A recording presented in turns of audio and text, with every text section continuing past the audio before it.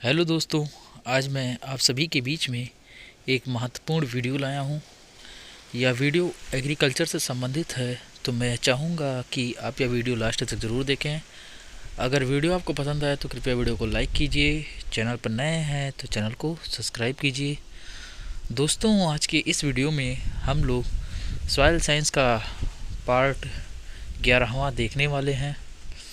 इससे पहले 10 part upload कर दिया जा चुका है, तो आप उसको जो है प्लेलिस्ट से जाकर देख सकते हैं। तो चलिए बिना टाइम गवाए वीडियो को शुरू करते हैं। और जो भी लोग टेलीग्राम से नहीं जुड़े हुए हैं वो उनके लिए जो है डिस्क्रिप्शन लिंक है, वहाँ से वो क्लिक करके ज्वाइन कर सकते हैं। तो चलिए वीडियो को शुरू करते हैं। वीडियो पसंद आए वीडियो को लाइक कीजिए, दोस्तों के बीच ज़रूर शेयर कीजिए। चलिए शुरू करते हैं। अब मृदा में कार्बनिक पदार्थों का नाइट्रेट में परिवर्तन। तो मृदा में कार्बनिक पदार्थों के नाइट्रेट के परिवर्तन के अंतर्गत है। यह क्रिया जो है निम्न चरणों में होती है, जिसमें अमीनाइजेशन आता है। अब देखो अमीनाइजेशन में होता क्या है। तो जो सूक्ष्म जीवों की उपस्थिति में कार्बनिक पदार्थों में उपस्थित प्रोटीन जो है अमीनो अम्ल में परिवर्तित होना जो है अमीनाइजेशन कहलाता है।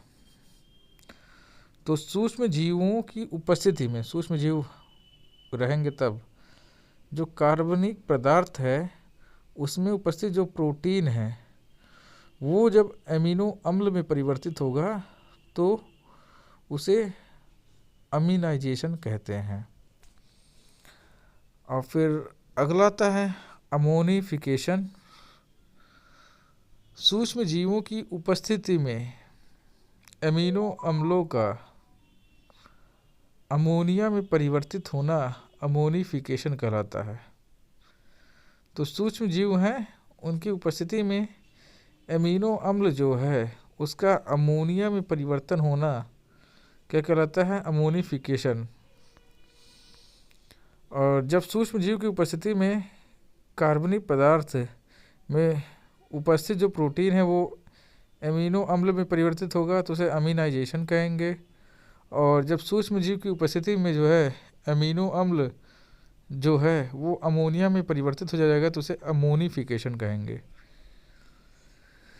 और फिर अगला था नाइट्रिफिकेशन। इसमें वायुजीवी जीवाणुओं की उपस्थिति में अमोनिया जो है नाइट्रेट में, अमोनियम जो है ये क्या करता है नाइट्रेट में परिवर्तित होना नाइट्रिफिकेशन कहलाता है। तो नाइट्रिफिकेशन में क्या होगा, वायुजीवी जीवाणु उपस्थित रहेंगे और अमोनियम बदल जाएगा नाइट्रेट में। इस प्रक्रिया को क्या कहेंगे? तो नाइट्रिफिकेशन कहेंगे। यह क्रिया कितने चरणों में होगी? 2 चरणों में। जैसे अमोनियम है, नाइट्रोसोमोनास जीवाणु की उपस्थिति में पहले नाइट्राइट में बदलेगा, ठीक है। अमोनियम नाइट्रोसोमोनास जीवाणु की उपस्थिति में नाइट्राइट में बदलेगा। और फिर नाइट्राइट जो है नाइट्रोबैक्टर की उपस्थिति में नाइट्रेट में बदलेगा। नाइट्राइट नाइट्रोबैक्टर की उपस्थिति में नाइट्रेट में बदलेगा। अब मृदा में नाइट्रोजन की क्षति। तो यह क्रिया जो है 3 चरणों द्वारा होता है। मृदा में जो नाइट्रोजन की क्षति क्या है, यह 3 चरणों द्वारा होता है। पहला आता है निस्सालन या लीचिंग। तो नाइट्रोजन की नाइट्रेट NO3 अवस्था का जल के साथ जड़ के नीचे जाना निस्सालन या लीचिंग कहलाता है। यह क्षति जो है आर्द्र भूमि में होती है। तो निस्सालन या लीचिंग में क्या होता है, नाइट्रोजन का नाइट्रेट अवस्था का जल के साथ क्या होता है, नीचे जड़ के क्षेत्र से नीचे जाना लीचिंग कहलाता है। और यह क्षति जो है आर्द्र भूमि में अधिक होती है। सेकंड आता है डीनाइट्रिफिकेशन या विनाइट्रीकरण। तो यह जैविक अपचयित क्रिया है जिसमें नाइट्रोजन की नाइट्रेट अवस्था जो है गैसीय नाइट्रोजन या नाइट्रस ऑक्साइड में परिवर्तित हो जाती है। तो डीनाइट्रिफिकेशन या विनाइट्रीकरण में क्या है, यह जैविक अपचयित क्रिया है जिसमें नाइट्रोजन की नाइट्रेट अवस्था गैसीय नाइट्रोजन या नाइट्रस ऑक्साइड में परिवर्तित हो जाती है। यह क्षति जो है जलमग्न धान के खेतों में सबसे अधिक होती है। अब अगला आता है वोल्टिलाइजेशन। तो वोल्टिलाइजेशन में होता क्या है, नाइट्रोजन की अमोनियम NH4 अवस्था जो है अमोनिया में परिवर्तित होना होता है और यह क्षति जो है शुष्क मृदाओं में अधिक होती है। और भारत में नाइट्रोजन की सबसे अधिक क्षति जो है इसी क्रिया द्वारा होता है। तो भारत में सबसे अधिक नाइट्रोजन की क्षति किस क्रिया द्वारा होता है, तो वोल्टिलाइजेशन द्वारा होता है। इसमें क्या होता है, नाइट्रोजन की अमोनियम अवस्था का जो है अमोनिया में परिवर्तित हो जाता है और यह क्षति शुष्क मृदाओं में अधिक होता है। अब प्रमुख खाद और उसमें उपस्थित तत्वों का विवरण। तो अमोनियम नाइट्रेट किस फॉर्म में होता है, पहले आता है नाइट्रोजन युक्त उर्वरक, जिसमें अमोनियम नाइट्रेट किस फॉर्म में होता है, नाइट्रेट में होता है और अमोनियम में होता है। और नाइट्रोजन कितना पाया जाता है, 33 से 34% पाया जाता है। और कैल्शियम नाइट्रेट किस फॉर्म में होता है, तो नाइट्रेट फॉर्म में होता है। नाइट्रोजन कितना पाया जाता है, 15.5% पाया जाता है। कैल्शियम साइनामाइड किस फॉर्म में होता है, एमाइड में होता है और नाइट्रोजन प्रतिशत कितना होता है, 21% होता है। और सोडियम नाइट्रेट किस फॉर्म में होता है, नाइट्रेट में होता है और नाइट्रोजन कितना % होता है, 16% होता है। और अमोनियम सल्फेट में किस फॉर्म में होता है, अमोनियम रूप में होता है और नाइट्रोजन कितना % पाया जाता है, 20.5% पाया जाता है। उसके बाद अमोनियम क्लोराइड, इसमें क्या होता है, अमोनियम फॉर्म में होता है और कितना % पाया जाता है, 25.5% पाया जाता है। और निर्जल एनहाइड्राइड अमोनिया किस फॉर्म में होता है, तो अमोनियम फॉर्म में होता है और कितना % नाइट्रोजन पाया जाता है, 82% नाइट्रोजन पाया जाता है। और कैल्शियम अमोनियम नाइट्राइड तो अमोनियम फॉर्म में रहता है और नाइट्रेट फॉर्म में कितना % नाइट्रोजन रहता है, तो 26%। और अमोनियम सल्फेट नाइट्रेट, तो इसमें अमोनियम और नाइट्रेट फॉर्म में रहता है और कितना % जो है नाइट्रोजन रहता है, तो नाइट्रोजन इसमें जो है 26% रहता है। और यूरिया जो कि निम्नलिखित है, ये एमाइड फॉर्म में रहता है और कितना % नाइट्रोजन रहता है, तो 46% रहता है। और गंधक लेपित यूरिया सल्फर कोटेड में क्या होता है, तो इसमें 36% जो है नाइट्रोजन रहता है। और नैनो यूरिया इफ्को द्वारा यह नैनो फार्मूलेशन के फॉर्म में उपस्थित रहता है और कितना % नाइट्रोजन होता है, तो 4% होता है। अब अगला था फास्फेटिक उर्वरक।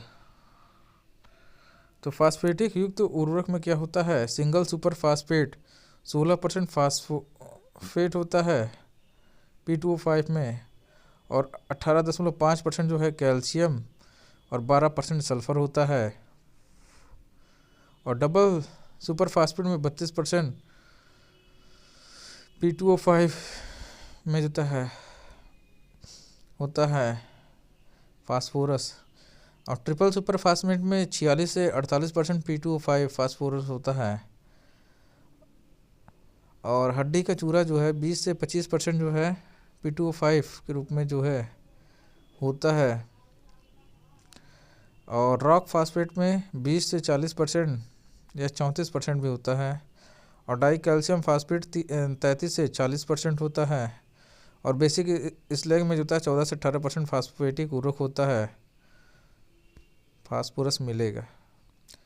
और उसके बाद मोनो अमोनियम फास्फेट में 52% P2O5 प्लस जो होता है 11% नाइट्रोजन मिलेगा।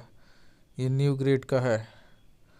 और नाइट्रोफास्फेट में क्या होता है, 15% फास्फोरस और 15% नाइट्रोजन और 15% जो है पोटास। और उसके बाद आता है पोटाशिक उर्वरक। तो म्यूरेट ऑफ पोटास में पोटेशियम क्लोराइड जो है 60% जो है पोटेशियम की प्राप्ति होगा। और पोटेशियम सल्फेट या जो है सल्फेट ऑफ पोटास जो है में जो है 48 से 50% पोटास तथा 17.5% सल्फर की प्राप्ति होगी। और पोटेशियम नाइट्रेट जिसको पीटर सॉल्ट कहते हैं 44% पोटेशियम प्लस 13% नाइट्रोजन की जो है प्राप्ति होगी। और लकड़ी की राख जिसको वुड ऐश कहते हैं 5 से 6% जो है पोटेशियम की प्राप्ति होगी। अब संयुक्त उर्वरक में एक से अधिक जो है पोषक तत्व रहते हैं। जैसे DAP आता है, इसमें 18% नाइट्रोजन होता है, 46% फास्फोरस, या फिर 16% नाइट्रोजन रहेगा, 48% फास्फोरस। और मोनो अमोनियम फास्फेट आता है MAP में 11% नाइट्रोजन, 52% जो है फास्फोरस रहेगा। और नाइट्रोफास्फेट में जो है 15% नाइट्रोजन, 15% फास्फोरस, 15% पोटास। और पोटेशियम नाइट्रेट में 13% नाइट्रोजन, 44% पोटास। और पोटेशियम नाइट्रोफास्फेट में 15% नाइट्रोजन, 30% फास्फोरस, 15% पोटास। NPK में 19% नाइट्रोजन और 19% पोटास। अब विभिन्न उर्वरकों व मृदा सुधारकों में गंधक, कैल्शियम व मैग्नीशियम की मात्रा। तो विभिन्न उर्वरक व मृदा सुधारकों में गंधक, कैल्शियम और मैग्नीशियम की मात्रा देखते हैं। तो कैल्शियम नाइट्रेट में जो है सल्फर कितना होता है, नहीं होता है। और 19.5% कैल्शियम पाया जाता है, 1.5% मैग्नीशियम पाया जाता है। और कैल्शियम अमोनियम नाइट्रेट में जो है 8.1% कैल्शियम, 4.5% मैग्नीशियम पाया जाता है। अमोनियम सल्फेट में 23.7% जो है सल्फर पाया जाता है। अमोनियम सल्फेट नाइट्रेट में 15.1% सल्फर पाया जाता है। और सिंगल सुपर फास्फेट में जो है 12% सल्फर, 18.5% कैल्शियम, 0.3% मैग्नीशियम पाया जाता है। और पोटेशियम सल्फेट में 17.8% सल्फर, 0.6% मैग्नीशियम पाया जाता है। और जिप्सम में 18.6% सल्फर और 23.3% कैल्शियम पाया जाता है। और उसके बाद फिर आता है सूक्ष्म पोषक तत्व। तो सूक्ष्म पोषक तत्व में क्या होता है, ferrous sulphate 19%, borax 11%, boron, ammonium molybdenum 52% molybdenum. उसके बाद जिंक सल्फेट जो होता है हेप्टाहाइड्रेट में 21% जिंक होता है। और जिंक सल्फेट मोनोहाइड्रेट में 33% जिंक होता है।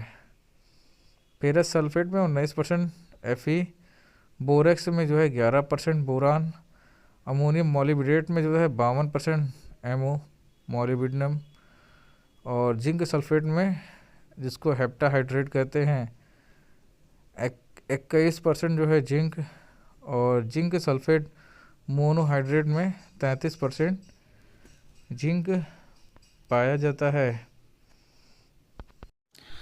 तो दोस्तों, ये था आज का वीडियो।